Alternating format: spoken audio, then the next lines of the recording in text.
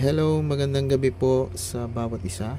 I just want to share some tips and tricks ng Boss GT8. So, uh, patungkol sa amp channel.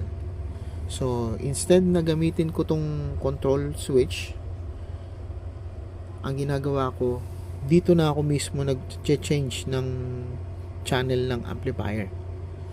So, ito lang ang tips. Punta kayo sa system. Then, punta kayo sa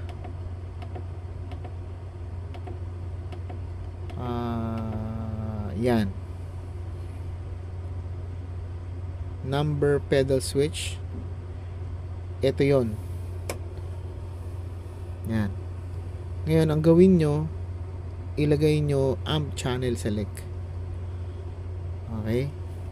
Amp channel select. So, pagtapos yung ilagay yan, exit na kayo. Yan. Ito na ngayon siya. Ayan o. Nagpapalit na siya ng amp.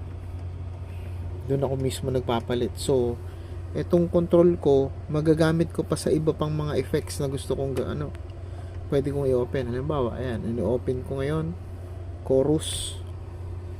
Ayan, gamit yung control pedal ko. Then at the same itong naman, number select, pedal number switch ay yung aking amp channel. Ayan. So, yun lang. God bless you.